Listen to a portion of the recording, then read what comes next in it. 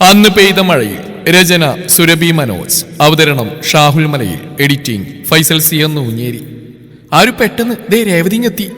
ലാപ്ടോപ്പിലായി എന്തോ ചെയ്തുകൊണ്ടിരുന്ന ആരണ്യ എന്ന ആരുവിനോടായി ചിത്രം പറഞ്ഞു. എന്റെ ചിത്തു, എന്നെ ഇങ്ങനെ പേടിപ്പിക്കില്ലേ? നിനക്കറിയാലോ, ടെൻഷൻ കൂടിയാ ചെയ്തു വെച്ച വർക്ക് കൂടി വെള്ളത്തിലാവുമെന്ന്. വിയർപ്പ് പൊടിഞ്ഞ തന്റെ നെറ്റിത്തടത്തിൽ തൂവാല കൊണ്ട് ഒപ്പിക്കൊണ്ട് ആരു പറഞ്ഞു. എനിക്കറിയാം ആരു, പക്ഷെ നിനക്കറിയാലോ ആ പണിയുടെ സ്വഭാവം. 2 ദിവസം മുന്നേ തന്ന വർക്കല്ലേ, എന്തെങ്കിലും ചെയ്തെടുത്തില്ലെങ്കിൽ അറിയാലോ അവരുടെ സ്വഭാവം. എല്ലാവരെയും മുമ്പിൽ വെച്ച് നിന്നെ നാണം കെടുത്തു. അല്ലെങ്കിലേ നിന്നെ അവർക്ക് ഇഷ്ടമല്ല. മനഃപൂർവ്വം അല്ലല്ലേ ചീത്തു, അമ്മാളുവിന് പനിയായിട്ട് ഹോസ്പിറ്റലായിരുന്നോണ്ടല്ലേ. എനിക്കറിയാലോ പെണ്ണിന്റെ അവസ്ഥ. അതൊക്കെ പോട്ടെ, നീ പെട്ടെന്ന് ചെയ്യാൻ നോക്ക്. അവളെ സമാധാനിപ്പിക്കാനായി ചിത്ര പറഞ്ഞു. അത് കേട്ട് വീണ്ടും ലാപ്ടോപ്പിലേക്ക് മിഴികൾ പായിച്ചു ആരു. കുറച്ചു കഴിഞ്ഞതും മോഡേൺ ഡ്രസ്സിലും മേക്കപ്പിലും കുളിച്ച് സുന്ദരിയായ ഒരു പെൺകുട്ടി അങ്ങോട്ടേക്ക് വന്നു. ആരു, ദേ വരുന്നടി. തങ്ങളുടെ അടുത്തേക്ക് നടന്നെടുക്കുന്ന രേവതിയെ നോക്കി പേടിയോടെ ചിത്ര പറഞ്ഞു. അതേസമയം തന്നെ ആരു ആശ്വാസത്തോടെ തന്നെ നെഞ്ചിൽ കൈവച്ചു പോയി. കഴിഞ്ഞോ? തന്നെ നോയിച്ചിരിക്കുന്ന ആരുവെ നോക്കി ചിത്ര ചോദിച്ചു. ആശ്വാസത്തോടെ അവളൊന്ന് മൂളുകയും തംസപ്പ് കാണിക്കുകയും ചെയ്തു. Good morning ma'am. പെട്ടെന്ന് തന്നെ രേവതിയെ കണ്ട് ചാടി എഴുന്നേറ്റുകൊണ്ട് ആരുവും ചിത്രയും പറഞ്ഞു. തന്ന വർക്ക് ചെയ്തു തീർത്തോടി? ദേഷ്യത്തോടെ ആരുവിനായി ചോദിച്ചവൾ. യെസ് മാം, എല്ലാം കംപ്ലീറ്റ് ആണ്. അവളൊന്ന് ഇരുത്തി മൂളി. പിന്നെ എല്ലാവരും കേൾക്കാനായി പറയുക, നാളെ മഹിയങ്ങളുടെ മകൻ പുതിയ MD ആയിട്ട് ചാർജ് എടുക്കുകയാണ്. സാറിന് പങ്ക്ച്വാലിറ്റി നിർബന്ധം. അതുകൊണ്ട് തോന്നുമ്പോൾ ഓഫീസിൽ വന്ന് കയറാൻ ആരെണ്ണി കരുതണ്ട. ആരുവിനെ നോക്കി കടുപ്പിച്ചെന്ന് പറഞ്ഞിട്ട് അവൾ അകത്തേക്ക് നടന്നു. എന്തൊരു സാധനം ആരു ആ പെണ്ണുപിള്ള. രേവതിയുടെ മുഖമോർത്തുകൊണ്ട് ദേഷ്യത്തോടെ ചിത്ര പറഞ്ഞു. ഞാൻ ചില ദിവസങ്ങൾ അല്പം ലേറ്റ് ആയിട്ടുള്ള ചിത്ത് വരുന്നു, അതുകൊണ്ടാവും മാം അങ്ങനെ പറഞ്ഞു.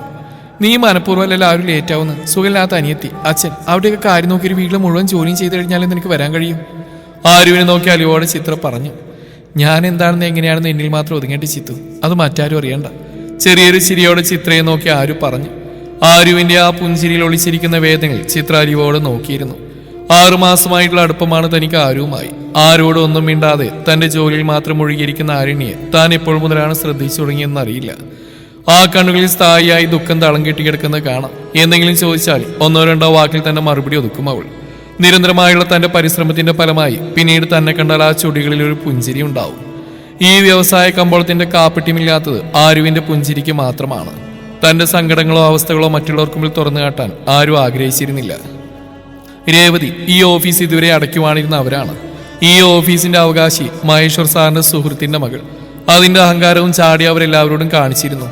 പലപ്പോഴും അവരുടെ ഇര ആരുവായിരുന്നു എന്നാണ് മറ്റൊരു സത്യം. ആരുവിനോട് എപ്പോഴും ഒരു തരം പുച്ഛമാണ് അവർക്ക്. തരം കിട്ടുമ്പോഴൊക്കെ രേവതി അവളെ കളിയാക്കുകയും വഴക്കുറയുകയും ചെയ്തിരുന്നു. അവരെന്തൊക്കെ പറഞ്ഞ് വേദനിപ്പിച്ചാലും മറുത്തൊരക്ഷരം പറയാതെ എല്ലാം കേട്ടു നിൽക്കും പാവം. താനാണെങ്കിൽ പോലും പ്രതികരിച്ചു പോകും. ആരണി ആരാണ് എന്താണ് എന്നൊക്കെ തനിക്കറിയണമായിരുന്നു. അതുകൊണ്ട് തന്നെയാണ് ഓഫീസ് കഴിഞ്ഞ ഒരു ദിവസം അവളെ പിന്തുടർന്നു. വീടിനുള്ളിലേക്ക് കയറിപ്പോയ അവൾ അന്ന് ഓട്ടി സമ്പാദിച്ച വലിയൊരു പെൺകുട്ടിയുമായി പുറത്തേക്ക് വന്ന് വേദനയോടെയാണ് താനെന്ന് നോക്കി നിന്ന്. അന്ന് എന്നെ അവിടെ കണ്ട ആരുവിന്റെ കണ്ണുകളിലെ പിടച്ചിൽ ഞാൻ ഇന്നും ഓർക്കുന്നു. അതുകൊണ്ടൊന്നും തീർന്നില്ല. വിധി പിന്നെ അവളെ ശിക്ഷിച്ചുകൊണ്ടിരുന്നു. അകത്ത് മുറിയിൽ ജീവശവമായി മറ്റൊരു രൂപം കൂടെ കിടപ്പുണ്ടായിരുന്നു, അവളുടെ അച്ഛൻ. അച്ഛനും അമ്മയും ആരും അടങ്ങിയ കൊച്ചു കുടുംബത്തിലേക്ക് ആരാധ്യ എന്ന അവളുടെ അമ്മാളു ജനിക്കുന്നതോടെയാണ് പ്രശ്നങ്ങൾ കൂടുതൽ സങ്കീർണമായത്. അമ്മാളുവിനെ പ്രസവിച്ച് ആരുവിന്റെ അച്ഛൻ കേശവന്റെ കൈകളിൽ ഏൽപ്പിച്ചിട്ട് ആരുവിന്റെ അമ്മ ഈ ലോകത്തോട് വിട പറയുകയായിരുന്നു. ആരുവിന്റെ അച്ഛൻ കേശവൻ ഒരു തെങ്ങേറ്റ തൊഴിലാളിയായിരുന്നു. കഷ്ടപ്പെട്ട് പണിയെടുത്ത അയാൾ ആരുവിനെ പഠിപ്പിച്ചു. ഒരു ദിവസം തെങ്ങിൽ കയറുമ്പോൾ കാലുവഴുതി മുകളിൽ നിന്ന് താഴേക്ക് വീഴുകയായിരുന്നു കേശവൻ. 1 വർഷത്തോളമായി ആൾ ഒരേ കിടപ്പിൽ തന്നെയാണ്. നട്ടിലിന് താഴോട്ട് ആളുടെ ചലനശേഷി നഷ്ടപ്പെട്ടിരുന്നു. ഇനി ഒരിക്കലും അയാൾ എഴുന്നേൽക്കില്ലെന്ന് ഡോക്ടർമാർ വിധി എഴുതി. അങ്ങനെ ജീവിതം വഴിമുട്ടി നിൽക്കുമ്പോഴാണ് ആരുവിന് ഇവിടെ ജോലി കിട്ടുന്നത്. സത്യത്തിൽ ആ കുടുംബം ഇപ്പോൾ കഴിയുന്ന പോലും ആരുവിന്റെ വരുമാനത്തിലാണ്. ആരുവും അമ്മാളും തമ്മിൽ 5 വയസ്സോളം വ്യത്യാസം ഉണ്ടായിരുന്നു. അമ്മയില്ലാതെ വളർന്ന അമ്മാളുവിന് ആരു അമ്മയായിരുന്നു. അച്ഛനും അമ്മാളും ആരുവിന് ജീവനാണ്. ചേച്ചിക്കൊപ്പം അമ്മാളു വളർന്നിട്ടും ആരുവിന് അവൾ തന്റെ മകളാണ്. ആരുവിനെ കുറിച്ച് എല്ലാം അറിഞ്ഞപ്പോൾ ഒന്നും അറിയേണ്ടിയിരുന്നില്ലെന്ന് തോന്നിപ്പോയി തനിക്ക്. ഒരിക്കൽ കൂടി ആരുവിനെ കുറിച്ച് ഓർക്കവേ ചിത്രയുടെ കണ്ണുകൾ നിറഞ്ഞു വന്നു. ഇന്നാണ് പുതിയ MD ചാർജ് എടുക്കുന്ന ദിവസം. അതുകൊണ്ട് തന്നെ എല്ലാ സ്റ്റാഫുകളും അയാളെ സ്വീകരിക്കാനായി പുറത്ത് കാത്തു നിൽക്കുകയാണ്. ഒരു ബ്ലാക്ക് BMW കാറിൽ നിന്നും വെളുത്തുമെലിഞ്ഞ താടി കുറച്ച് നീട്ടി വളർത്തിയ സുമുഖനായ ഒരു ചെറുപ്പക്കാരൻ ഇറങ്ങി. ശ്രീറാം മഹേശ്വർ. KK ഗ്രൂപ്പ് എന്ന ബിസിനസ് സ്ഥാപനത്തിന്റെ അധിപനായ മഹേശ്വറിന്റെയും വീട്ടമ്മയായ രാധികയുടെയും ഒരേ ഒരു മകൻ. പൊതുവെ ദേഷ്യക്കാരനും ഗൗരവക്കാരനുമായ റാം സ്ത്രീ വിഷയത്തിൽ അല്പം മോശമായിരുന്നു. തന്റെ പണവും സൗന്ദര്യം കണ്ട് പിന്നാലെ കൂടുന്ന സ്ത്രീകളെ ബെഡ്റൂമിൽ എത്തിക്കാൻ മടിയില്ലാത്തവൻ. ആ ഒരു പെണ്ണെന്നാൽ വെറും ഒരു ഭോഗവസ്തുവാണ്. വെൽക്കം റാം. തന്റെ കയ്യിൽ നിന്ന് പൊക്കെ റാമിന് നേരെ നീട്ടിക്കൊണ്ട് രേവതി ചിരിയോടെ പറഞ്ഞു. കുറുക്കന്റെ കണ്ണ് കോഴിക്കോട്ടിലാണെന്ന് പറയുന്ന പോലെ എല്ലാ ലേഡി സ്റ്റാഫുകളുടെയും കണ്ണ് സുന്ദരനായ റാമിലാണ്. എല്ലാവരെയും റാമിനെ പരിചയപ്പെടുത്തുന്നുണ്ട് രേവതി. അടുത്തതായി ആരുവിന്റെ ഊഴമായിരുന്നു. നിറഞ്ഞ ചിരിയാലാവനെ നോക്കി നിൽക്കുന്ന ആരുവിൽ റാമിന്റെ കണ്ണുകൾ പതിഞ്ഞു. നീലയിൽ വെള്ള പൂക്കൾ പ്രിന്റ് ചെയ്ത തീരെ പഴയ ഒരു കോട്ടൺ സാരിയായിരുന്നു ആരുവിന്റെ വേഷം. ഒരിക്കുമെന്ന് പറയാൻ ഒന്നും തന്നെ ഇല്ല ആ വെളുത്ത മുഖത്ത്. എണ്ണ തേച്ച് മിനുസപ്പെടുത്തിയ നീളൻ മുടിയും സ്വർണ്ണ നിറം മങ്ങിത്തുടങ്ങിയ വരവിന്റെ മാലയും കമ്മലണിഞ്ഞു നിൽക്കുന്ന ആരുവിനെ റാം പുച്ഛത്തോടെ നോക്കി ചിരിച്ചു. റാമിന് പൊതുവെ നാടൻ പെൺകുട്ടികളെ നാടൻ ലുക്കോ ഇഷ്ടമല്ലായിരുന്നു. അതിന് മറ്റൊരു കാരണം കൂടി ഉണ്ടായിരുന്നു. റാമിന്റെ അച്ഛൻ മഹേശ്വർ എന്ന ബിസിനസ്മാന്റെ സങ്കല്പത്തിലെ ഭാര്യ ആയിരുന്നില്ല രാധിക. ഭർത്താവിന്റെയും മകന്റെയും കാര്യങ്ങളൊക്കെ നോക്കി വീട്ടിൽ ഒതുങ്ങിക്കൂടാൻ ആഗ്രഹിച്ചിരുന്ന ഒരു പാവം സ്ത്രീയായിരുന്നു അവർ. ബിസിനസിനെ കുറിച്ചൊന്നും വലിയ അറിവില്ലായിരുന്നു അവർക്ക്. 10 പേര് കൂടുതലെടുത്ത് അവരെ കൊണ്ടുപോകാൻ കൊള്ളില്ലെന്നായിരുന്നു മഹേശ്വറിന്റെ വാദം. തന്റെ ജീവിതത്തിലേക്ക് വലിഞ്ഞു കയറി വന്ന് തന്റെ ജീവിതത്തിൽ കടിച്ചു തൂങ്ങുന്ന ഒരുവൾ മാത്രമായിരുന്നു മഹേശ്വറിന് രാധിക. പണ്ട് മുതൽക്കേ മഹേശ്വറിനെ തന്റെ റോൾ മോഡലാക്കിയ റാമിനും അമ്മയെ പുച്ഛമായിരുന്നു. തന്റെ അച്ഛന് ഒട്ടും ചേരാത്ത സ്ത്രീയാണ് തന്റെ അമ്മയെന്നാണ് റാം കരുതുന്നത്. ചെറുപ്പത്തിലെ തന്നെ റാം എന്താവശ്യപ്പെട്ടാലും അതൊക്കെ സാധിച്ചു കൊടുത്ത് അവനെ നിയന്ത്രിക്കാതെ ഇങ്ങനെ ഒരു കുത്തഴിഞ്ഞ ജീവിതത്തിലേക്ക് അവനെ തള്ളിവിട്ടത് മഹേശ്വറാണ്. റാമിന് മഹേശ്വർ കൊടുത്തിരുന്ന അമിത സ്വാതന്ത്ര്യവും തെറ്റായ കൂട്ടുകെട്ടുകളും രാധിക ശക്തമായി എതിർത്തിരുന്നു. തന്റെ ജീവിതത്തിൽ കൈകടത്തി തന്നെ നിയന്ത്രിക്കാൻ ശ്രമിക്കുന്ന രാധികയെ റാം കൂടുതൽ വെറുത്തു. മകന്റെ സ്നേഹത്തിന് വേണ്ടി ഒരമ്മ വർഷങ്ങളോളം കാത്തിരുന്നറിയാതെ അവർ അകറ്റി നിർത്തി. ആരുവിനെ കണ്ട റാമിന് ഒരു നിമിഷം താൻ ഏറെ വെറുക്കുന്ന തന്റെ അമ്മയുടെ മുഖം ഓർമ്മ വന്നുപോയി. റാം, ഷീസ് ആരണ്യ. പുച്ഛത്തോടെ ആരുവിനെ നോക്കി രേവതി പറഞ്ഞു. നീ വല്ല പട്ടികാടുന്ന വല്ലതാണോ ഇങ്ങോട്ട് എഴുന്നള്ളുന്ന? ആള് മൊത്തത്തിൽ ഒന്നുകൂടി നോക്കിക്കൊണ്ട് റാം പുച്ഛത്തോടെ ചോദിച്ചു. നോക്കിയേ രേവതി, അവളുടെ ഒരു വേഷം. എന്റെ വീട്ടിലെ ജോലിക്കാർ പോലും ഇതിൽ നന്നായി വസ്ത്രം ധരിക്കും. ആരുവിനെ നോക്കി പരിഹസിച്ചുകൊണ്ട് റാം പറയുമ്പോൾ രേവതി അറപ്പോടെ മുഖം തിരിച്ചു. ഇവിടുത്തെ ഏറ്റവും വേസ്റ്റ് ആയിട്ടുള്ള സ്റ്റാഫ് ഇവളാ റാം. അഷ്ടിക്ക് വകയില്ലാത്ത കുടുംബത്തിലാണെന്ന് തോന്നുന്നു. പിന്നെ ജീവിച്ചു പോയിക്കോട്ടെ എന്ന് എത്തി പറഞ്ഞുവിടാനും തോന്നുന്നില്ല. ആരുവിനെ കളിയാക്കി ചിരിച്ചുകൊണ്ട് രേവതി കൂടി പറഞ്ഞപ്പോൾ ഈ നിമിഷം താൻ മരിച്ചു പോയെങ്കിലെന്ന് ആഗ്രഹിച്ചു പോയിരുന്ന ആരു കൂടി നിന്നവരെല്ലാം നിശബ്ദരായി. തന്റെ ജോലികളെല്ലാം ഭംഗിയായി ചെയ്യുന്ന ആർക്കൊരു ശല്യമുണ്ടാക്കാത്ത ആരുവിനെ ആ ഓഫീസിലെ എല്ലാവർക്കും ഇഷ്ടമായിരുന്നു. ആരുവിന്റെ മനസ്സ് വിങ്ങിപ്പൊട്ടെന്നറിഞ്ഞ് ചിത്ര അവളുടെ കൈകളിൽ മുറുകെ പിടിച്ചു നിന്നു. തന്റെ പാന്റിന്റെ പോക്കറ്റിൽ നിന്ന് കുറച്ച് 500 നോട്ടുകളെടുത്ത് ആരുവിന്റെ കൈകളായി വെച്ചു കൊടുത്തു റാം. ഈ പൈസക്ക് നല്ല വല്ല ഡ്രസ്സ് വാങ്ങി കൊടുക്കാൻ നോക്കടി. ആൾ നോക്കി പുച്ഛത്തോട് അത്രയും പറഞ്ഞുകൊണ്ട് റാം അകത്തേക്ക് നടന്നു. അവൻ വെച്ചു കൊടുത്ത 500 രൂപ നോട്ടുകൾ തന്നെ നോക്കി പരിഹസിക്കുന്ന പോലെ തോന്നി ആരുവിന്. ആരു തന്റെ ക്യാബിൽ പോകാൻ നേരെ പോയത് വാഷ്റൂമിലേക്കാണ്. ടാപ്പ് തുറന്നു വെച്ച് ആരും കേൾക്കാതെ ആർത്തലച്ചു കരഞ്ഞവൾ. ഏറെ നേരം കരഞ്ഞീർത്തപ്പോൾ മനസ്സിന് ചെറിയൊരു ആശ്വാസം തോന്നിയവൾക്ക് വീണ്ടും ചിരിയുടെ ആവരണമണിഞ്ഞ് തന്റെ അടുത്തേക്ക് നടന്നെടുക്കുന്ന ആരുവിനെ കണ്ട് ചിത്രയുടെ മനസ്സ് വിങ്ങി. ഇന്നേവരെ ആർക്കു മുന്നിലും കരയുന്നതോ പരാതി പറയുന്നതോ കണ്ടിട്ടില്ല. എല്ലാം ഒറ്റയ്ക്ക് നെഞ്ചിലേറ്റി പാവം ജീവിക്കുന്നു. ആരുവിന്റെ മുഖമോർത്തുകൊണ്ട് സങ്കടത്തോടെ ഇരുന്നു ചിത്ര. May come in sir? റാമിന്റെ ക്യാബിന് പുറത്തുനിന്നുകൊണ്ട് അകത്തേക്ക് നോക്കി ആരു വിളിച്ചു ചോദിച്ചു. Yes come in. അകത്തേക്ക് കടക്കുമ്പോഴേ കണ്ടു റാമിനോട് ചേർന്ന് നിന്നുകൊണ്ട് ഓരോ ഫയൽസും വിവരിച്ചു കൊടുക്കുന്ന രേവതിയെ. എന്തു വേണം? പുച്ഛത്തോടെ ആരുവിനെ നോക്കി റാം ചോദിച്ചു. ഇത് നേരത്തെ സാറിനിക്ക് തന്ന പണം. ഈ പണത്തിന്റെ ആവശ്യം തൽക്കാലം എനിക്കില്ല. അവൻ നീട്ടിയ പണം അവന് നേരെ നീട്ടിക്കൊണ്ട് ആരും പറഞ്ഞു. പണം വാങ്ങാതെ അവളിൽ തന്നെ മിഴികൾ ഊന്നി നിൽക്കുന്ന റാമിനെ കണ്ട് ആരും മുഖം വെട്ടിച്ചു. ആ പണം ടേബിളിൽ വെച്ച് അവൾ തിരിഞ്ഞിടന്നു. ഒന്നവിടെ നിൽക്കണ ആരുണ്യ, അഷ്ടിക്ക് വകയില്ലാത്ത നീയൊക്കെ നല്ലൊരു ഡ്രസ്സ് മേടിച്ച് ഇട്ടോട്ടെ എന്ന് കരുതി കാശി എന്നപ്പോൾ അവൾക്ക് ജാട. എന്ത് കണ്ടിട്ടാടി നീ ഇങ്ങനെ നെകളിക്കുന്നത്? വാക്കുകൾ കൊണ്ട് ആരുവിനെ കുത്തി നോക്കുന്ന റാമിനെ രേവതി ചിരിയോടെ നോക്കി നിന്നു. അറിയിക്കാത്തൊന്നും ഇന്നേവരെ ഈ ആരുണ്യെ ആഗ്രഹിച്ചിട്ടില്ല. പട്ടിണി കിടന്ന സമയത്ത് പോലും ആരോട് രൂപ ചോദിച്ചിട്ടില്ല. നിങ്ങളുടെ ഈ പണം കൊണ്ട് എന്നെ തോൽപ്പിക്കാനാവില്ല സാർ. ഞാൻ സമ്പാദിച്ച കാശുകൊണ്ട് തന്നെ എനിക്ക് ജീവിച്ചാൽ മതി.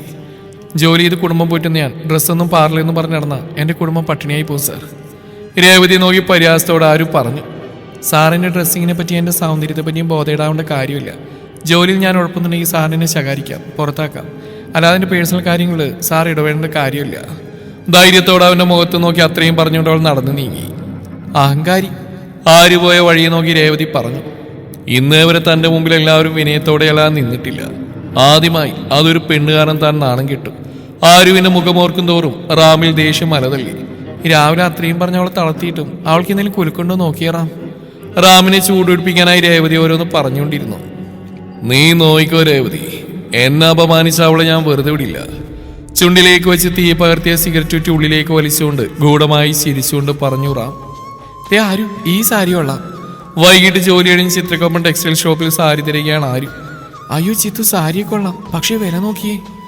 ആ സാരിയിലെ പ്രൈസ് ടാഗിലേക്ക് നോക്കിക്കൊണ്ട് ആരും പരിഭ്രമത്തോടെ പറഞ്ഞു. ഒരു 500 രൂപക്കകത്തുള്ള 1-2 സാരി നോക്കിയാൽ മതി ചിത്തു. കയ്യിലെടുത്ത സാരി പതിയെ മടക്കി വെച്ചുകൊണ്ട് ആരും പറഞ്ഞു, ദേവണ്ണെ കളിക്കല്ലേ, വലിയ കാര്യത്തിൽ സാരി എടുക്കെന്ന് പറഞ്ഞ് എന്നെയും കൂട്ടി ഇങ്ങോട്ട് വന്നിട്ട് നല്ലൊരെണ്ണം എടുക്കാൻ അവൾ കളിക്കുക. ആരും നോക്കി ചുണ്ടുകൊട്ടിക്കൊണ്ട് ചിത്ര പറഞ്ഞു. ആഗ്രഹമില്ലായിട്ടാണ് ചിത്തു. അച്ഛനും മരുന്നിന് തന്നെ വേണം നല്ലൊരു തുക. പിന്നെ അമ്മാവിനെയും അച്ഛനെയും നോക്കുന്നതിന് നളിനി ചേച്ചിക്ക് മാസം തോറും കൊടുക്കണം കാശ്. പിന്നെ കറണ്ട് ബില്ല്, ഗ്യാസ്, സാധനങ്ങൾ അത് വേറെയും. ചിത്രയെ നോക്കി സങ്കടത്തോടെ ആരും പറഞ്ഞു. നീ എന്തെന്നെ പറഞ്ഞാലും ഈ സാരി നമ്മൾ എടുത്തിരിക്കും, പൈസ ഞാൻ കൊടുത്തോളാം, ചിത്ര വാശിയോടെ പറഞ്ഞു. അയ്യോ അതൊന്നും വേണ്ട. ആരും നിഷേധാർത്ഥത്തിൽ തലയാട്ടി. ആരും നീ എന്നെ ഒരു അന്യായിട്ടാണ് കാണുന്നതെങ്കിൽ പിന്നെ നീ ഞാനായിട്ട് ഇനി ഒരു ബന്ധവുമില്ല. ആരുവിനെ നോക്കി ദേഷ്യത്തിൽ ചിത്ര പറഞ്ഞു. ചിത്രയുടെ മുഖത്തെ കലിപ്പ് കണ്ട് ആരും പിന്നെ ഒന്നും പറയാൻ പോയില്ല. ചേച്ചിയുടെ പൊന്ന് ഭക്ഷണം കഴിച്ചോ? നളിനിയുടെ കയ്യും പിടിച്ച് മുറ്റത്തേക്ക് വരുന്ന അമ്മാളുവിനെ നോക്കി ആരു ചോദിച്ചു. ആ ചോദ്യം തന്നോടാണെന്ന് പോലും മനസ്സിലാവാതെ മറ്റെന്തൊക്കെയോ പറയുകയാണ് അമ്മാളു. കഴിച്ചു മോളെ. വാത്സല്യത്തോടെ അമ്മാളുവിനെ നോക്കി നളിനി പറഞ്ഞു. ചേച്ചി പോയിക്കോ, ഞാൻ വന്നല്ലോ. അമ്മാളുവിന്റെ തലയിലും തലോടിക്കൊണ്ട് ആരും പറഞ്ഞു. 2 വയസ്സ് മുതൽ അമ്മാളുവിൽ ഓട്ടിസത്തിന്റെ ലക്ഷണങ്ങൾ കണ്ടു തുടങ്ങിയിരുന്നു. എന്തെങ്കിലും ചോദിച്ചാൽ വ്യക്തമായ ഉത്തരം പറയാൻ അവൾ കഴിയില്ല. വളരെ ഉച്ചത്തിൽ വാക്കുകൾ പെറുക്കി കൂട്ടിയാണ് അമ്മാളു സംസാരിക്കുന്നത്. പലപ്പോഴും അമ്മാളുവിന്റെ ഭാഷ ആരുവിന് മനസ്സിലായിരുന്നില്ല എന്നതായിരുന്നു സത്യം. നോയിക്കേ ചേച്ചി, എന്റെ അമ്മാളുവിന് കിറ്റ്കാറ്റ് ഞാൻ കൊണ്ടുവന്നിട്ടുണ്ട്. കയ്യിലിരുന്ന കിറ്റ്കാറ്റ് അമ്മാളുവിന് നേരെ നീട്ടിക്കൊണ്ട് പറഞ്ഞു. ആയ് മിഠായി. ആരുവിന്റെ കയ്യിലിരുന്ന കിറ്റ്കാറ്റിൽ മിഴികൾ ഉറപ്പിച്ചുകൊണ്ട് സന്തോഷത്തോടെ അമ്മാളു പറഞ്ഞു. ശേഷം അത് ചൂണ്ടി വേണം വേണമെന്ന് പറഞ്ഞുകൊണ്ടിരുന്നു. അമ്മാളുവിനായി എന്നും ആരും ഒരു കിറ്റ്കാറ്റ് കയ്യിൽ കരുതാറുണ്ടായിരുന്നു. അത് കൊടുക്കുമ്പോഴുള്ള ആ കണ്ണുകളിലെ സന്തോഷം കാണാൻ ആരുവിന് അത്രയും കൊതിയായിരുന്നു. ചേച്ചിയുടെ അമ്മാളുവിന് ഈ ഡ്രസ്സ് നന്നായിട്ട് ചേരുന്നുണ്ടല്ലോ. പുതുതായി അവൾക്ക് വേണ്ടി വാങ്ങിയ ചുരിദാർ അവൾക്ക് നേരെ വെച്ച് കൊടുത്തുകൊണ്ട് ആരു ചിരിയോടെ പറഞ്ഞു. അതൊന്നും കാര്യമാക്കാതെ അമ്മാള് കയ്യിലിരിക്കുന്ന മിഠായിലേക്ക് നോക്കി വാക്കുകൾ കൂട്ടിപ്പെറുക്കി എന്തൊക്കെയോ പറഞ്ഞുകൊണ്ട് നിൽപ്പാണ്. പാത്രത്തിലുള്ള കഞ്ഞി അച്ഛന് കോരി കൊടുക്കുമ്പോഴാണ് അയാളുടെ കണ്ണുകൾ നിറഞ്ഞൊഴുകുന്ന ആരു കണ്ടത്. പെട്ടെന്ന് തന്നെ ആരു അയാളുടെ കണ്ണുകൾ തുടച്ചു കൊടുത്തു. എന്തിനാച്ചാ കരയുന്നേ? അയാളെ ദയനീയമായി നോക്കിക്കൊണ്ട് ആരു ചോദിച്ചു. എന്റെ കാലം കഴിഞ്ഞ എന്റെ കുട്ടികൾക്ക് ആരുമില്ലെന്ന് ഓർക്കുമ്പോ എനിക്ക് സഹിക്കാൻ കഴിയുന്നില്ല. ആരുവിന്റെ കയ്യിൽ മുറുക്കെ പിടിച്ചുകൊണ്ട് അയാൾ പറഞ്ഞു. അയ്യേ, ഇതാണോ എന്റെ അച്ഛന്റെ സങ്കടത്തിന്റെ കാരണം? എന്റെ അച്ഛൻ അത്ര പെട്ടെന്ന് ഞങ്ങൾ തനിച്ചായി പോയില്ല, പോരെ? ചിരിയോടെ അയാളുടെ മീശത്തുമ്പിൽ പിടിച്ചു വലിച്ചുകൊണ്ട് ആരു പറഞ്ഞു. അച്ഛനോട് അങ്ങനെ പറഞ്ഞെങ്കിലും അച്ഛന്റെ കാലം കഴിഞ്ഞാൽ തങ്ങൾക്ക് ഇനി ആര് എന്ന ചോദ്യത്തിന് അവൾക്ക് ഉത്തരമില്ലായിരുന്നു. അച്ഛൻ കൂടെയുള്ളത് അവൾക്ക് എന്നൊരു ധൈര്യം തന്നെയാണ്. പതിവിലും നേരത്തെയാണ് ആരും ഒന്ന് ഓഫീസിൽ പോയത്. ഇനി ഒന്നിന്റെ പേരിലും റാമിന്റെയും രേവതിയുടെയും മുന്നിൽ തലകുനിക്കാൻ ഇടവരരുതെന്ന് അവൾക്ക് നിർബന്ധമുണ്ടായിരുന്നു. മഹേശ്വരങ്കിൽ പറഞ്ഞിട്ടുണ്ട് റാമിന് എന്താ ആവശ്യമുണ്ടെങ്കിലും ചെയ്തു കൊടുക്കണമെന്ന്. റാമിനെ നോക്കി വശ്യമായി ചിരിച്ചുകൊണ്ട് രേവതി പറഞ്ഞു. കണ്ടപ്പോ മുതൽ ആഗ്രഹിക്കുന്നതാ നിന്നെ മൊത്തത്തിലൊന്ന് അറിയാൻ. അവളുടെ ശരീരത്തിലൂടെ മിഴികൾ പായിച്ചുകൊണ്ട് റാം വല്ലാത്തൊരു ഭാവത്തിൽ പറഞ്ഞു. വശ്യമായി രേവതി റാമിന്റെ ഷർട്ടിന്റെ ബട്ടൺ അഴിക്കുമ്പോഴാണ് പുറത്ത് ഡോറിൽ മുട്ടി നിൽക്കുന്നത്. തങ്ങളുടെ സുന്ദര നിമിഷത്തെ തടസ്സപ്പെടുത്താനായി പുറത്തു നിൽക്കുന്ന ആരുവിനെ കണ്ട് രേവതിയുടെ മുഖത്ത് ദേഷ്യം ഇരച്ചു കയറി. എന്നാൽ അവളെ കണ്ട് റാമിൽ ഗൂഢമായൊരു ചിരി നിറഞ്ഞു. ചുവപ്പ് സാരിയിൽ ഗോൾഡൻ കളർ സ്റ്റോൺ വെച്ച മനോഹരമായ സാരിയിൽ ശോഭിച്ച് നിൽക്കുന്ന ആരുവിൽ ഒരു വേള റാമിന്റെ മിഴികൾ ഉടക്കി നിന്നു. റാമിന്റെ നോട്ടം കണ്ട് രേവതി അസൂയയോടെ അവളെ നോക്കി. ഓ വന്നോ ദരിദ്രവാസി? പുച്ഛത്തോടെ ആരുവിനെ നോക്കി രേവതി ചോദിച്ചു. ഞാൻ ഈ ഫയൽസ് ഏൽപ്പിക്കാൻ വന്ന. കയ്യിലിരുന്ന ഫയലുകൾ ടേബിൾ വെച്ചുകൊണ്ട് ആരു സൗമ്യമായി പറഞ്ഞു. തിരികെ പോകാനായി തുടങ്ങിയ ആരുവിന്റെ സാരിയുടെ തുമ്പിലായി പെട്ടെന്ന് പിടിച്ചു വലിച്ചു രേവതി. സാരിയിൽ കുത്തിയിരുന്ന പിന്നു പൊട്ടി മാറിന് മറച്ചിരുന്ന സാരി ഊർന്ന് നിലത്തേക്ക് വീണു. പെട്ടെന്ന് ഞെട്ടലോടെ ആരു തന്നെ മാറിയുടെ കൈവച്ച് മറച്ചു പിടിച്ച് നിന്നു. തന്നെ മാറിലും വയറിലും അറിയുന്ന റാമിന്റെ മുഖം കണ്ട ആരു പകപ്പോടെ നിലത്തികിടന്ന സാരി വാരി ചുറ്റി. തൊണ്ടക്കുഴിയിൽ വന്ന ഗദ്ഗതം അടക്കി നിർത്താനായി പാടുപെടുന്നുണ്ട് അവൾ. അവളുടെ നിൽപ്പ് കണ്ട് രേവതിയും റാമും ചിരി തുടങ്ങി. നിന്നെ പോലെ ഒന്നിനും കൊള്ളാത്ത കാൽക്കാശിനികതയില്ലാത്ത ഒരുത്തി ഇതുപോലുള്ള സാരി എടുത്ത് വന്ന പാടത്ത് വെക്കുന്ന കോലം പോലെ ഇരിക്കും. ആരുവിനോടുള്ള അസൂയ മൂത്തി രേവതി പറഞ്ഞു. ചിത്ര തനിക്കായി വാങ്ങി നൽകിയ സാരി അത്രയും സന്തോഷത്തോട് ഉടുത്തു വന്ന ആരുവിന് രേവതിയുടെ വാക്കുകൾ കേട്ട് സങ്കടം വന്നു. ഇരയെ കിട്ടിയ വേട്ടക്കാരനെ പോലെ റാമിന്റെ കണ്ണുകൾ അപ്പോഴും ആരുവിൽ തന്നെയായിരുന്നു. അവന്റെ നോട്ടം കണ്ട അവജ്ഞതയോട് ആരു മുഖം വെട്ടിച്ചു. അവളുടെ ആ പ്രവൃത്തി റാമിനെ ചൊടിപ്പിച്ചു. നീ കൂടുതൽ ശീലാവധി ചമയണ്ട. നിന്നെ പോലെ കുറെ എണ്ണത്തിനെ കണ്ടിട്ടുള്ളവനായി റാം. അവളുമാരെയൊക്കെ മെരിക്കന്റെ ബെഡ്റൂമിൽ എത്തിച്ചിട്ടുണ്ട് കേട്ടോടി. അവളുടെ കഴുത്തിലായി കുത്തിപ്പിടിച്ചുകൊണ്ട് റാം അലറി. തന്റെ കയ്യിൽ കിടന്ന് പിടയുന്ന ആരുവിനെ വെറുപ്പോടെ റാം പുറകിലേക്ക് പിടിച്ചേള്ളി. നിലത്ത് വീണുപോയ ആരുവിനെ നോക്കി രേവതി അടക്കി ചിരിച്ചു. വീണുപോയ തന്നെ താങ്ങാൻ ആരുമില്ലെന്ന ബോധ്യത്തിൽ ആരു പതിയെ എഴുന്നേറ്റ് നിന്നു. പണത്തിനും സുഖത്തിനും വേണ്ടി കണ്ണി കണ്ടവന്മാർക്ക് മുമ്പിൽ തുണി അഴിക്കുന്ന ഇവരെ പോലെയാണ് എല്ലാ സ്ത്രീകളെന്ന് കരുതിയ മിസ്റ്റർ രാമഹേശ്വർ. രേവതിയെ ചൂണ്ടി വെറുപ്പോടെ ആരു റാമിനോട് പറഞ്ഞു. ഡി എന്തു പറഞ്ഞടി നീ? തന്നെ അടിക്കാനായി കൈകൾ ഉയർത്തിയ രേവതിയുടെ കയ്യിൽ തട്ടിമാറ്റിക്കൊണ്ട് ആരോടെ കവിളിൽ ആഞ്ഞടിച്ചു. സഹിക്കുന്നതിനൊരു പരിധിയുണ്ട്. പണത്തിന്റെ അഹങ്കാരത്തിൽ എന്തോ ആവാന്ന ഭാവമുണ്ടെങ്കിൽ അത് വേണ്ടെന്ന് വെക്കുന്ന നിങ്ങൾക്ക് രണ്ടിനും നല്ലത്. ഇരുവരെയും നോക്കി ദേഷ്യത്താൽ വിറച്ചുകൊണ്ട് ആരു തന്റെ വിരൽ അവർക്ക് നേരെ ചൂണ്ടിയെന്ന് കുറച്ച് സമയം. ഒരു നിമിഷം അവരുടെ കണ്ണുകളിലെ തീക്ഷ്ണതയിലൊന്ന് പതറി റാം. ശേഷം അവരെ കടന്ന് പുറത്തേക്ക് നടന്നവൾ. ആരു തല്ലിയ കവളിൽ കൈ ചേർത്ത് വെച്ചുകൊണ്ട് രേവതി പകയോടെ നിന്നു. എത്രയൊക്കെ താൻ അവളെ തളർത്താൻ ശ്രമിക്കുന്നുവോ അതിന്റെ ഇരട്ടിയായി തന്നോട് പോരാടുന്ന ആരുവിനെ കൊല്ലാനുള്ള ദേഷ്യ റാമിൽ ആളിക്കത്തി. നിന്റെ കൗണ്ട് ഡൗൺ തുടങ്ങിക്കഴിഞ്ഞു മിസ് ആരണ്യ. ഇനി നിന്റെ കണ്ണുനീര് കണ്ടിട്ട് ഈ റാമിന് വിശ്രമമുള്ളൂ. ആര് പോയ വഴി നോക്കി പറഞ്ഞവൻ. അന്ന് രാത്രി ഹോട്ടൽ മുറിയിൽ പരസ്പരം ശരീരം പങ്കുവെച്ച് റാമു രേവതി രതി ലയിച്ച് ചേരുമ്പോൾ രാധിക പതിവ് പോലെ അന്നും മകനു വേണ്ടി കാത്തിരിക്കുന്നുണ്ടായിരുന്നു. റാം ഇന്ന് ആർക്കൊപ്പായിരുന്നു? മധ്യത്തിൽ കുളിച്ച് നിലത്ത് കാലുകൾ ഉറക്കാതെ മുന്നിൽ നിൽക്കുന്ന മകനെ നോക്കി രാധിക ചോദിച്ചു. ഞാൻ എവിടെയായിരുന്നു, ആർക്കൊപ്പായിരുന്നു നിങ്ങളെ ബോധിപ്പിക്കേണ്ട കാര്യം എനിക്കില്ല. മോനെ, നീ ഇങ്ങനെ നശിയാണെന്ന് നമുക്ക് സഹിക്കുന്നില്ലടാ. നിനക്ക് നല്ലൊരു കുടുംബം കുട്ടികളൊക്കെ ഉണ്ടായി കാണാൻ ഈ അമ്മ എത്രമാത്രം കൊതിക്കുന്നുണ്ടെന്ന് നിനക്കറിയില്ലേ? ആടി ആടി മുന്നോട്ട് നടക്കുന്ന അവനെ ചേർത്ത് പിടിച്ചുകൊണ്ട് രാധിക പറഞ്ഞു. മാറുതള്ളേ അങ്ങോട്ട്. അവരെ പിടിച്ചെള്ളിക്കൊണ്ട് റാം അലറി. കുടുംബം ആർക്ക് വേണത്? എന്നിട്ട് വേണം എന്റെ ഡാഡിയെ പോലെ ഞാനും അനുഭവിക്കാൻ. സത്യത്തിൽ എന്റെ ഡാഡി എന്തൊരു പാവ. എന്റെ ഡാഡിയുടെ കഴിവിനും യോഗ്യതക്കും കിട്ടിയതോ നിങ്ങളെപ്പോലെ ഒന്നിനും കൊള്ളാത്തൊരു സ്ത്രീയെ. നിങ്ങൾ ഒരിക്കലും നല്ല ഭാര്യയോ അമ്മയോ അല്ല. My daddy is the best. എന്നെ ഞാനാക്കിയത് എന്റെ ഡാഡിയാ. കാറ്, പണം, മദ്യം, ഫ്രണ്ട്സ്, പെണ്ണ്, ഇതെല്ലാം എനിക്ക് നൽകിയത് എന്റെ ഡാഡിയാ. എന്റെ ഡാഡി എന്നെ ഇതുവരെ ഒന്നിന്റെ പേരിലും ചോദ്യം ചെയ്തിട്ടില്ല. എന്നാ നിങ്ങളോ? ഞാൻ എവിടെ പോകുന്നു, ആരെ കാണുന്നു, എന്ത് ചെയ്യുന്നു, എന്തൊക്കെ അറിയണം നിങ്ങൾക്ക്? എനിക്ക് നിങ്ങളോട് യാതൊരു സ്നേഹമോ ദയവോ ഇല്ല. എന്റെ ഡാഡി നിങ്ങളെ വെറുക്കുന്നിടത്തോളം കാലം എനിക്കും നിങ്ങളോട് വെറുപ്പ് തന്നെയാ. കുഴഞ്ഞു കുഴഞ്ഞ് റാം പറയുന്ന കാര്യങ്ങൾ കേട്ട് ആ മാതൃഹൃദയം പിടഞ്ഞു. മയ്യേട്ടന്റെ അച്ഛന്റെ നിർബന്ധപ്രകാരമാണ് താൻ മയ്യേട്ടന്റെ ജീവിതത്തിലേക്ക് വന്ന്. കിടപ്പറയിൽ പോലും അന്യ സ്ത്രീകളുടെ പേര് പറഞ്ഞ് തന്നെ തളർത്താറുണ്ട് അയാൾ. അവഗണനയും കളിയാക്കലുമല്ലാതെ ഒന്നും തന്നെ തനിക്ക് കിട്ടിയിട്ടില്ല ഈ ജീവിതത്തിൽ. അയാളുടെ സ്റ്റാറ്റസിന് ചേർന്നവളല്ലെന്ന് പറഞ്ഞ് തന്നെ അകറ്റി നിർത്തി. എന്നിൽ നിന്ന് എന്റെ കുഞ്ഞിനെ എന്നേക്കുമായി അകറ്റി. അവൻ വളരും തോറും അവന്റെ ഉള്ളിൽ എന്നോടുള്ള വിഷം കുത്തിവെച്ച് ഒന്നിനും കൊള്ളാത്തൊരമ്മയാക്കി എന്നെ മാറ്റിയ അയാൾ. തെറ്റായ വഴിയിലൂടെയുള്ള മകന്റെ ജീവിതം കണ്ട് കണ്ണുനീർ പൊഴിക്കുന്ന ഒരു അമ്മയാണ് താൻ. അച്ഛൻ എന്ന് പറയുന്ന അയാളാണ് എന്റെ കുഞ്ഞിനെ നശിപ്പിച്ച്. ഇനി എന്നാ മോനെ നീ അമ്മയൊന്നും മനസ്സിലാക്കുന്നു? സോഫയിൽ ബോധമില്ലാതെ കിടന്നുറങ്ങുന്ന റാമിന്റെ നെറ്റിൽ അമർത്തി മുത്തിക്കൊണ്ട് നിറമിഴിയോടെ രാധിക ചോദിച്ചു. മകനെ നോക്കി മിഴിനീർ വാർത്തുകൊണ്ടിരിക്കുന്ന രാധികയുടെ മുന്നിൽ പൂച്ചത്തോടെ വന്നിരുന്നു മഹേശ്വർ. നീ ഇനി എത്രയൊക്കെ കണ്ണീരൊഴിക്കാലും അവനെ നിന്റെ വരുത്തി കൊണ്ടുവരാനാവില്ല രാധികയെ. അച്ഛന്റെ ഒറ്റവാസിയുടെ പുറത്താ നിന്നെ എനിക്ക് ഭാര്യയാക്കേണ്ടി വന്ന്. എന്റെ ജീവിതത്തിൽ നിന്ന് ഒഴിഞ്ഞു കടിച്ചു നീ കിടക്കുന്ന നിനക്ക് ഞാൻ തരുന്ന ശിക്ഷയായത്. നീ നൊന്ത് പ്രസവിച്ച നിന്റെ മകൻ തന്നെ നിന്നെ വെറുത്തു. ഇനിയും വെറുക്കും നിന്നെ അവൻ. അതുകൊണ്ട് അവനെ നന്നാക്കാൻ നോക്കാതെ ഇവിടുന്ന് എന്നേക്കുമായി പടിയിറങ്ങാൻ നോക്ക്. നീ പോകുന്ന ദിവസം എണ്ണി കാത്തു നിൽക്കാൻ ഞാൻ. എന്നിട്ട് വേണം എന്റെ ഭാര്യയായി റാമിന്റെ അമ്മയായി ശില്പ എനിക്ക് കൂട്ടിക്കൊണ്ടുവരാൻ. മഹേഷിന്റെ ബിസിനസ് പാർട്ണറായിരുന്ന സുദേവിന്റെ ഭാര്യയായിരുന്നു ശില്പ. ശില്പിയായിരുന്നു സുദേവനെ നിയന്ത്രിച്ചിരുന്ന ബിസിനസ് കാര്യങ്ങൾ കൈകാര്യം ചെയ്തിരുന്നു. ശില്പയെയും മഹേശ്വരനെയും തന്റെ ബെഡ്റൂമിൽ നിന്ന് കൈയോടെ പൊക്കിയ സുദേവ് അവരുമായുള്ള എല്ലാ ബന്ധവും ഉപേക്ഷിക്കുകയായിരുന്നു. മഹേശ്വരന്റെ അച്ഛൻ എല്ലാ സ്വത്തുക്കളും റാമിന്റെ പേരിലാണ് എഴുതി വെച്ചിരിക്കുന്നത്. എങ്ങനെ റാമിനെ വരുതിയിലാക്കി സ്വത്തുക്കൾ തന്റെ പേരിലാക്കണമെന്ന് മഹേശ്വർ കണക്കുകൂട്ടി. ശില്പയുടെ കുബുദ്ധിയാണ് രാധികയും റാമിനെയും തമ്മിൽ അകറ്റാൻ കാരണം. സ്വത്തുക്കളെല്ലാം കൈവശപ്പെടുത്തി റാമിനെയും രാധികയും പുറത്താക്കണമെന്ന് ശില്പയും മഹേശ്വറും പദ്ധതിയിട്ടു. അയാളും ശില്പയുമായിട്ടുള്ള ഈ വഴിവിട്ട ബന്ധം രാധികക്കറിയാം. എങ്കിലും തന്റെ മകനെ ഓർത്ത് അവർ മൗനം പാലിച്ചു. അയാളെ പറ്റി എന്ത് തന്നെ പറഞ്ഞാലും അവർ വിശ്വസിക്കില്ലെന്നുള്ളത് രാധികക്ക് അറിയാമായിരുന്നു. ഒരിക്കൽ നിങ്ങളുടെ ഈ ക്രൂരമായ മുഖം എന്റെ മകൻ തിരിച്ചറിയും. അന്ന് അമ്മയായിരുന്നു ശരിയെന്ന് അവൻ മനസ്സിലാക്കുകയും ചെയ്യും. ഓർത്തോ നിങ്ങൾ? മഹേശ്വരൻ നോക്കി വെറുപ്പോടെ രാധിക പറഞ്ഞു. നിന്നെ കൊണ്ടൊന്നും നടക്കാൻ പോകുന്നില്ല രാധികയെ. അവൻ നിന്നെ അമ്മയെന്ന് സ്നേഹത്തോടെ വിളിച്ചിട്ട് തന്നെ വർഷങ്ങളായില്ലേ. ഞാൻ വിശ്വസിക്കുന്ന എന്റെ ദൈവങ്ങൾ ഒരിക്കൽ എല്ലാ സത്യവും എന്റെ മകന് മുമ്പിൽ കാട്ടിക്കൊടുക്കും. അന്ന് അവനൊരു പുതിയ മനുഷ്യനായി മാറുകയും ചെയ്യും. കത്തുന്ന കണ്ണുകളോടെ മഹേശ്വരൻ നോക്കി രാധിക പറഞ്ഞു. നടന്നു തന്നെ എന്ന ഭാവത്തിൽ മഹേശ്വർ സോഫയിൽ കിടക്കുന്ന റാമിനെ നോക്കി പുച്ഛത്തോടെ ചിരിച്ചു.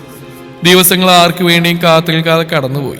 കിട്ടുന്ന സമയങ്ങളിൽ രേവതിയും റാമും ആരുവിനെ വാക്കുകൾ കൊണ്ട് മുറിവേൽപ്പിച്ചിരുന്നു. എന്നാൽ അതൊന്നും കാര്യമാക്കാതെ ആരു തന്റെ ജോലിയിൽ മാത്രം ശ്രദ്ധിച്ചു. രേവതിയും റാമുമായുള്ള ബന്ധം ഓഫീസിൽ പരസ്യമായ രഹസ്യമായിരുന്നു. കാമത്തോടെ മാത്രമല്ലാതെ ഇന്നേവരെ ഒരു പെണ്ണിനെയും സമീപിച്ചിട്ടില്ലാത്ത റാമിന് രേവതി എന്നത് വെറും ഒരു നേരം പോക്ക് മാത്രമായിരുന്നു. കയ്യിൽ കിടക്കുന്ന വാച്ചിലേക്ക് നോക്കി ആരു ഓഫീസിനുള്ളിലേക്ക് കിടക്കുന്ന സമയത്ത് തന്നെയായിരുന്നു റാമു ഫോണിൽ ആരോട് സംസാരിച്ച് ക്യാബിൽ നിന്ന് പുറത്തേക്ക് ഇറങ്ങിയതും. അവനുമായി കൂട്ടിമുട്ടിയ ആരു റാമിന്റെ നെഞ്ചിലേക്ക് ഇടിച്ചു നിന്നു. റാമിന്റെ കയ്യിലിരുന്ന ഫോൺ പെട്ടെന്നാണ് നിലത്തേക്ക് തെറിച്ചു വീണത്. ബാക്കിലേക്ക് വീഴാൻ തുടങ്ങിയ ആരുവിന്റെ ഇടുപ്പിൽ പിടിച്ച് തന്നോട് ചേർത്ത് നിർത്തി റാം. അവന്റെ കരവലയത്തിനുള്ളിൽ ഒരു മാൻപേടെ പോലെ കിടന്ന് പിടയുകയായിരുന്നു ആരു. തന്റെ ശരീരത്തിൽ അമർന്ന അവന്റെ കൈകൾ ആൾ വെറുപ്പോടെ തട്ടിമാറ്റി അവനിൽ നിന്ന് അകന്നു നിന്നു. എന്താണ് ഇങ്ങോട്ട് വന്ന് എന്നെ നെഞ്ചത്തോട്ട് കയറിയിട്ട് ആൾക്ക് നേരെ ചീറിക്കൊണ്ട് റാം ചോദിച്ചു. അപ്പോഴാണ് ആളുടെ പുറകിലായി ഡിസ്പ്ലേ പൊട്ടി ചിഹ്നമായി കിടക്കുന്ന എന്റെ ഫോൺ റാം കാണുന്നത്. 2 ലക്ഷം രൂപ കൂടുതൽ വില വരുന്ന എന്റെ ഫോണായി പൊട്ടിക്കിടക്കുന്നത്. നിലത്ത് കിടക്കുന്ന ഫോൺ ചൂണ്ടിക്കാണിച്ചുകൊണ്ട് റാം ചീറി. നിന്നെ പോലൊരു ദരിദ്രവാസി വിചാരിച്ച ഇതുപോലൊരു ഫോൺ വാങ്ങാൻ പറ്റുമോ? ഇപ്പൊ തന്നെ എനിക്ക് പുതിയ ഫോൺ വേണം. എനിക്ക് ഇഷ്ടമുള്ള സാധനങ്ങൾ നഷ്ടപ്പെടുത്തി കളയുന്ന എനിക്ക് ഇഷ്ടമുള്ള കാര്യമില്ല, വാശിയോടാൻ പറഞ്ഞു. ഒരു ഫോൺ പോയാൽ ഒരു 100 ഫോൺ വാങ്ങാനുള്ള ശേഷി റാമിനുണ്ടെന്ന് അവിടെ കൂടിയുന്ന എല്ലാ സ്റ്റാഫുകൾക്കും അറിയാം. ആരുവിനോടുള്ള പകയുടെ പുറത്താണ് അവനിതൊക്കെ ചെയ്യുന്നതെന്ന് അവർക്കറിയാം. ആരുവിന്റെ ഇല്ലായ്മ മനസ്സിലാക്കി അവൾക്കിട്ട് പണിയെടുക്കുക എന്നാണ് റാമിന്റെ ലക്ഷ്യം. സോറി സർ, ഞാൻ മനഃപൂർവ്വമല്ല സാർ, പെട്ടെന്ന് വരുന്ന ഞാൻ കണ്ടില്ല, നിസ്സഹായായി ആരു പറഞ്ഞു. ആകെ പെട്ടു നിൽക്കുന്ന ആരുവിന് അലുവോട് നോക്കി ചിത്ര. ഓക്കെ ഫൈൻ, ഞാൻ വരുന്നത് നീ കണ്ടില്ല, സമ്മതിച്ചു. എനിക്ക് തൽക്കാലം പുതിയ ഫോൺ വേണ്ട, പകരം ഇന്ന് രാത്രി എനിക്ക് നിന്നെ വേണം. ഒരാണിനെ തൃപ്തിപ്പെടുത്താനുള്ള സൗന്ദര്യം നിനക്കുണ്ട്. അവളുടെ ശരീരത്തിലൂടെ നോട്ടം വായിച്ചുകൊണ്ട് അവൻ പറഞ്ഞു. അറപ്പുളവാക്കുന്നവന്റെ വാക്കുകൾ കേട്ട് തീ ചൂളയിലെന്ന പോലെ വിന്തുരുകി ആരു. ഒരു നിമിഷം അവൾ തന്റെ കണ്ണെന്ന് അടച്ചു തുറന്ന് അവന്റെ കവിളിൽ ആഞ്ഞടിച്ചു. പെട്ടെന്ന് കിട്ടിയ ആരുവിന്റെ അടിയിൽ റാം പകച്ചു നിന്നു. നിങ്ങളുടെ പണക്കൊഴുപ്പിൽ കൂടെ കിടക്കുന്ന 3-ാം കിട പെണ്ണുങ്ങളെ പോലെ നിങ്ങൾ ഈ ആരണിയെ കാണരുത്. ഈ ഫോണിന് പകരം പുതിയൊരു ഫോൺ ഞാൻ വാങ്ങി തന്നിരിക്കും. അഷ്ടിക്ക് വകയില്ലാത്തവളാണെങ്കിലും ആത്മാഭിമാനം ആർക്കും മുമ്പിൽ ഇന്നവരെ പണയം വെച്ചിട്ടില്ല. നിങ്ങൾക്ക് വേണമെങ്കിൽ ഈ നിമിഷം എന്നെ പിരിച്ചുവിടാം. എന്തായാലും ഇവിടുന്ന് ഒരു മടക്കം പ്രതീക്ഷ തന്നെയാ ഞാൻ ജീവിക്കുന്നു.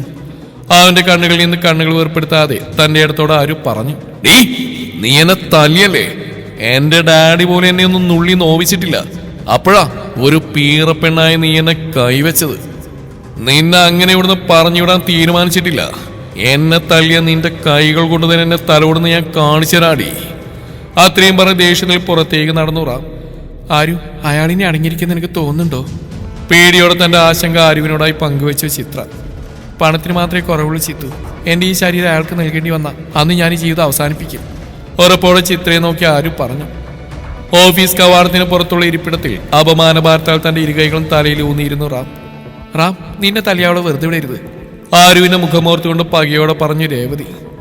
അതിനൊരു വഴിയുണ്ട്, ആരുണിയെ പെടുത്താനുള്ള കുതന്ത്രം മെനഞ്ഞോണ്ട് രേവതി പറഞ്ഞു.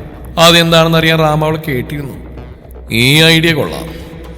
അവൾ കരയണം, ചങ്കുപൊട്ടി കരയണം. അത് കണ്ട് എനിക്ക് സന്തോഷിക്കണം. ഈ റാം ആഗ്രഹിച്ചൊക്കെ കിട്ടിയിട്ടേ ഉള്ളൂ. ആദ്യമായിട്ട് എന്നെ എതിർത്ത് സംസാരിച്ചും തല്ലിയതും അവളാ. ആരുവിന്റെ മുഖം മനസ്സിലേക്ക് ആവാഹിച്ചുകൊണ്ട് റാം വന്യമായി പറഞ്ഞു. Now I want your lips. അത്രയും പറഞ്ഞ് റാം രേവതിയുടെ ചുണ്ടുകളെ ഗാഠമായി ചുംബിച്ചു. ആരും ആർക്കെ ഗ്രൂപ്പായി നടത്തിയ ബിസിനസ് പ്രോഫിറ്റിന്റെ ഡാറ്റാസ് അടങ്ങിയ ഫയൽ കൊണ്ടുകൊടുക്കാൻ പറഞ്ഞിരുന്ന ആ രേവതി. ജോലിയെല്ലാം ചെയ്ത് തന്റെ ടേബിളിൽ തലവെച്ചെടുക്കുന്ന ആരുവിനെ നോക്കി ചിത്ര പറഞ്ഞു. ഇമ്പോർട്ടന്റ് ആയ ഫയലായതുകൊണ്ട് തന്നെ 2 ദിവസം മുന്നേ തന്നെ അവളെല്ലാം ക്ലിയർ ചെയ്ത് വെച്ചിരുന്നു. ഈശ്വര, ഞാനിത് ഇവിടെയാണല്ലോ വെച്ചിരുന്നത്. ആകെ പരവേശത്തോടെ തന്നെ ഡ്രോക്കകത്ത് ഓരോ ഫയൽസും എടുത്ത് നോക്കിക്കൊണ്ട് ആരും പറഞ്ഞു. ആരുവിന്റെ മുഖത്തെ ടെൻഷൻ കണ്ട് ചിത്രം ഒന്നും മനസ്സിലാവാതെ അവളെ നോക്കി. ചിത്തു, ആ ഫയൽ ഞാൻ ഇവിടെ വെച്ചിരുന്നത്, ഇപ്പൊ നോക്കിയിട്ട് കാണുന്നില്ലെന്നോ? എന്റെ ആരും നീ ടെൻഷൻ ആവാൻ സമാധാനത്തോടെ നോക്ക്, അവളെ സമാധാനിപ്പിച്ചുകൊണ്ട് ചിത്ര പറഞ്ഞു. ശേഷം ചിത്രയെ അവളെ സഹായിക്കാനായി കൂടി. എന്നിട്ടും ആ ഫയൽ മാത്രം അവർക്ക് കണ്ടെത്താനായില്ല. നീ കുറെ നേരം നീ ഇവിടെ കിടന്ന് ഫയൽ നോക്കുന്നു, എവിടെ ഫയല്? പെട്ടെന്ന് അതുകൊണ്ട് റാമിന്റെ അടുത്തേക്ക് പോകാൻ നോക്ക്. ആരുവിന്റെ പരിഭ്രമം കണ്ട് ഉള്ളിൽ ചിരിച്ചുകൊണ്ട് രേവതി പറഞ്ഞു. ഞാൻ ആ ഫയൽ ഇവിടെ വെച്ചിരുന്ന, ഇപ്പൊ അത് കാണുന്നില്ല. പേടിയോടെ രേവതിയെ നോക്കിക്കൊണ്ട് ആരും പറഞ്ഞു. എന്താടി, നീ അഭിനയിക്കുകയാണോ? നോക്കിയറാം, ഇവിടെ സൂക്ഷിക്കാനേൽപ്പിച്ച ഫയൽ ഇപ്പൊ കാണുന്നില്ല പോലും. അങ്ങോട്ടേക്ക് വന്ന റാമിനെ നോക്കിക്കൊണ്ട് രേവതി പറഞ്ഞു. ആ ഫയൽ എവിടെ? എന്നോടുള്ള ദേഷ്യത്തിന് ആ ഫയൽ നീ നശിപ്പിച്ചോ? ദേഷ്യം കടിച്ചമർത്തി അവൾക്കടുത്തേക്ക് ചൂടുകൾ വെച്ചുകൊണ്ട് റാം ചോദിച്ചു. സർ, ഞാനതൊന്നും ചെയ്തിട്ടില്ല. ഞാൻ എൻ്റെ ഡ്രോയിലായിരുന്നു അത് സൂക്ഷിച്ചിരുന്നത്, ഇപ്പൊ നോക്കിയിട്ട് കാണുന്നില്ല സർ. അവർ നോക്കി ആചനയോട് ആരും പറഞ്ഞു. നിർത്തി, കള്ളം പറയുന്നോ? കൂടിയുന്ന സ്റ്റാഫുകൾക്ക് മുമ്പിൽ അവളെ പിടിച്ചെള്ളിക്കൊണ്ട് റാം അലറി. ആരുവിനെ എഴുന്നേൽപ്പിക്കാനായി പറഞ്ഞ ചിത്രയെ ഒരു നോട്ടം കൊണ്ട് അടക്കി നിർത്തി റാം. ശേഷം അവളുടെ അടുത്തായി മുട്ടുകുത്തിയിരുന്നവൻ അവളുടെ മുടിക്കുത്തിൽ പിടിച്ചു വലിച്ചു. വേദന കൊണ്ട് അവളൊന്ന് പുളഞ്ഞു പോയി. എന്നെ എത്ര ഉപദ്രവിച്ചാലും എനിക്ക് പറയാനുള്ളത് തന്നെ ഞാൻ പറയും. ആ ഫയൽ ഞാൻ എടുത്തിട്ടില്ല. വേദന കടിച്ചമർത്തിക്കൊണ്ട് ആരും പറഞ്ഞു. ഇത്രയും ചെയ്തിട്ട് അവൾക്ക് ഇന്നലെ കുലുക്കുണ്ടോ നോക്കിയേ? ആരുവിനെ നോക്കി രേവതി പുച്ഛത്തോടെ പറഞ്ഞു. നീ ഇന്ന് കാണിച്ച തെറ്റിന് ശിക്ഷ വേണ്ട ആരുണ്യ. നീ അന്നെന്നെ തള്ളിയപ്പോൾ ഞാൻ കുറിച്ചാണടി തിരിച്ചെന്റെ കൈയും നിന്റെ കവിളിൽ പതിയുമെന്ന്. അത്രയും പറഞ്ഞ് റാം അവളുടെ കവിളിൽ ആഞ്ഞടിച്ചു. ആരു? വേദനയോടെ വിളിച്ചുപോയി ചിത്ര. കണ്ടുന്ന എല്ലാ സ്റ്റാഫുകളുടെയും മുഖത്ത് വേദന നിറഞ്ഞു. രേവതി മാത്രം ആ കാഴ്ച കണ്ട് മനസ്സറിഞ്ഞ് ചിരിച്ചു. ആ ഫയൽ മാറ്റിയത് എന്റെ അറിവോടെ രേവതിയാ. അന്നേ ഞാൻ പറഞ്ഞില്ലേ ഈ റാമിനോട് കളിക്കാൻ നിൽക്കരുതെന്ന്. ഞാനന്ന് പറഞ്ഞു തന്നെ ഇന്നും പറയുന്നു. ഒരു രാത്രി മതിയുടെ എനിക്ക് തന്നെ. നീ ചോദിക്കുന്ന കാശ് തരാം. ആരും കേൾക്കാതെ അവളുടെ ചെവിയിലായി രഹസ്യം പോലെ പറഞ്ഞവൻ കിട്ടിയടിയേക്കാൾ വേദന അവന്റെ വാക്കുകൾ കൊണ്ടെന്ന് ആരുവിന് തോന്നി. അന്ന് ജോലി കഴിഞ്ഞ് വീട്ടിലേക്ക് നടക്കുമ്പോൾ മനസ്സിനും ശരീരത്തിനും വല്ലാത്തൊരു മരവിപ്പ് തോന്നി ആരുവിന്. കയ്യിലിരുന്ന് മിഠായി അമ്മാളുവിന് നേരെ നീട്ടുമ്പോൾ ചുവന്ന് കിടക്കുന്ന ആരുവിന്റെ കവിളിലായിരുന്നു അവളുടെ നോട്ടം അത്രയും. കണ്ണുകൾ മിഴിച്ച് ചുണ്ടുകൾ കൂട്ടി അവൾ ആരുവിന്റെ മുഖത്ത് ഉറ്റുനോക്കി നിന്നു. ശേഷം ചുവന്ന് കിടക്കുന്ന ആരുവിന്റെ കവിളിലും തൊട്ടുനോക്കി. ചേച്ചി.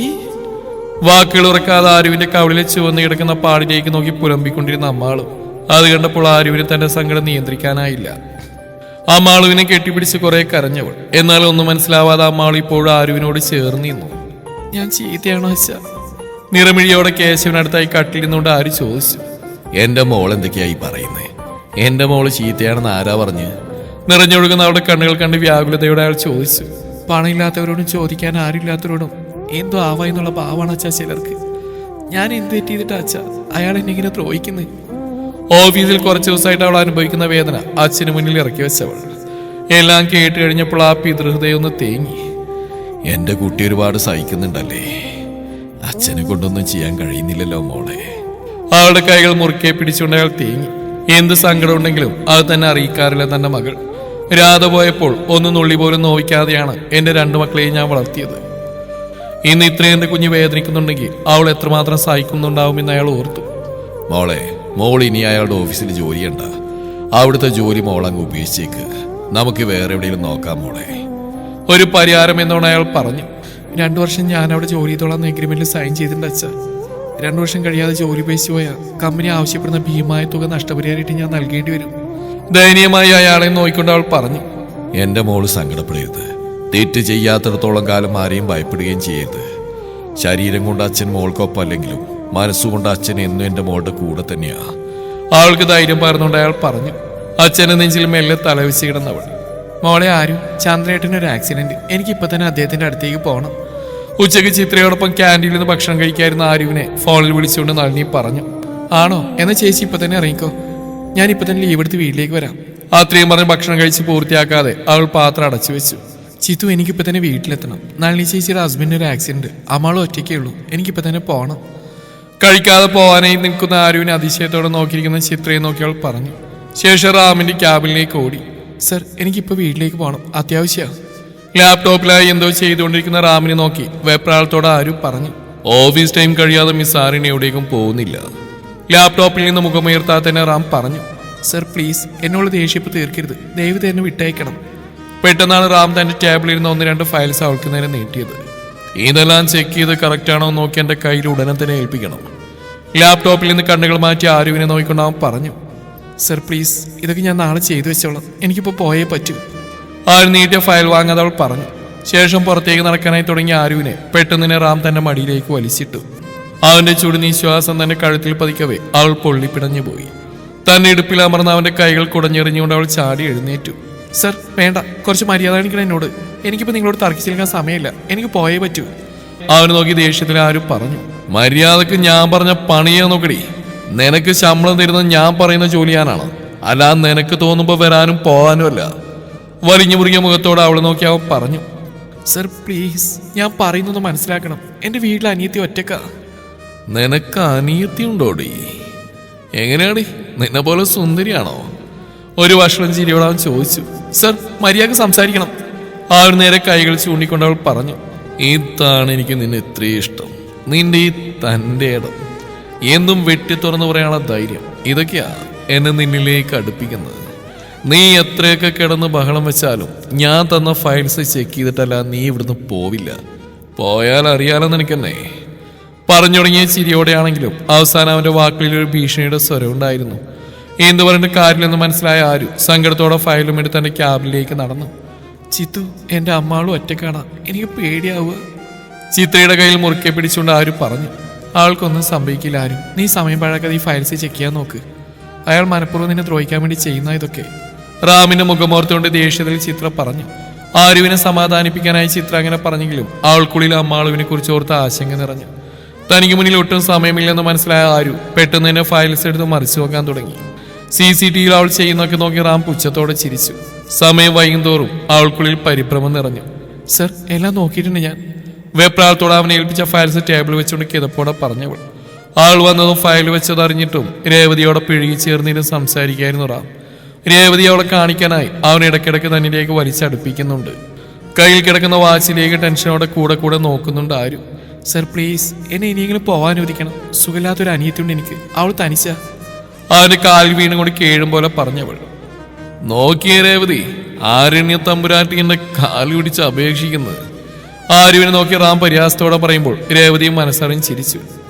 അപ്പൊ കാല് പിടിച്ച് യാചനയോടെ പറഞ്ഞ സ്ഥിതിക്ക് തൽക്കാലം വിട്ടഴക്കാം അല്ലേ? ഇന്ന് നീ എന്റെ മുമ്പിൽ യാചിക്കുന്ന പോലെ ഇനിയും നിനക്ക് നിൽക്കേണ്ടി വരും, കേട്ടോടി. ആള് നോക്കി പുച്ഛത്തോടെ പറഞ്ഞുകൊണ്ട് അവൾ കൊടുത്ത ഫയൽസ് അലക്ഷ്യമായി മൂലയിലേക്ക് വലിച്ചെറിഞ്ഞു.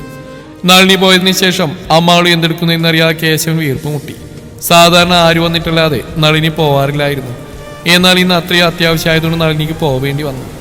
അമ്മാളു, മോളെ അമ്മാളു. ആരുവിന്റെ അച്ഛൻ ഉറക്കി വിളിച്ചുകൊണ്ടിരുന്നു. അച്ഛൻ വിളിക്കുന്ന കേട്ടെങ്കിലും അത് ശ്രദ്ധിക്കാതെ അമ്മാളുവിന്റെ കണ്ണുകൾ തന്റെ കൈകളിലേക്ക് മാറി മാറി നീണ്ടു. പതിവായി തനിക്ക് കിട്ടാറുള്ള മിഠായി ഇന്ന് തന്റെ കയ്യിൽ നിന്ന് അവൾക്ക് മനസ്സിലായി. ചേച്ചി വരുന്ന നോക്കി മെല്ലെ വഴിയരികിൽ പോയി നിന്ന് അമ്മാളു.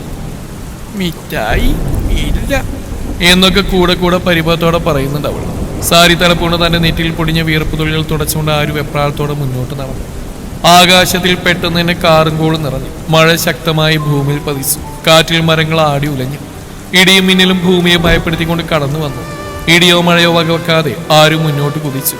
തന്റെ ശരീരത്തെ നനച്ചുകൊണ്ട് പെയ്തിറങ്ങുന്ന മഴയെ ഉറ്റുനോക്കി നിന്നു അമ്മാളു. അമ്മാളു, മോളെ, എവിടെയാ നീ? കേശവൻ വിളിച്ചുപോയി. ഒന്നും ചെയ്യാൻ കഴിയാത്ത തന്റെ അവസ്ഥയോർത്ത് അയാൾ ശപിച്ചുകൊണ്ടിരുന്നു. മഴത്തുള്ളികൾ വീണ് ശരീരം തണുക്കാൻ തുടങ്ങിയപ്പോൾ തിരിഞ്ഞു നടക്കാൻ തുടങ്ങിയ അമ്മാളു. അപ്പോഴാണ് മുറ്റത്തെ സൈഡിലായി കെട്ടിയിരിക്കുന്ന കിണറിലേക്ക് അമ്മാളുവിന്റെ മിഴികൾ നീളുന്നു. പതിയെ അങ്ങോട്ട് നടന്നെടുത്തു അവൾ. തനിക്കൊരു താങ്ങായി ആരുമില്ലെന്ന തോന്നലിൽ മഴയിൽ നനഞ്ഞു കുളിച്ച് ആരും മുന്നോട്ട് നടന്നുകൊണ്ടിരുന്നു. അപ്പോഴും അമ്മാളുവിന്റെ മുഖം അവളിൽ ഭീതി പടർത്തി. തുടരും ഈ കഥയുടെ അവസാന ഭാഗം നാളെ ഇതേ സമയം.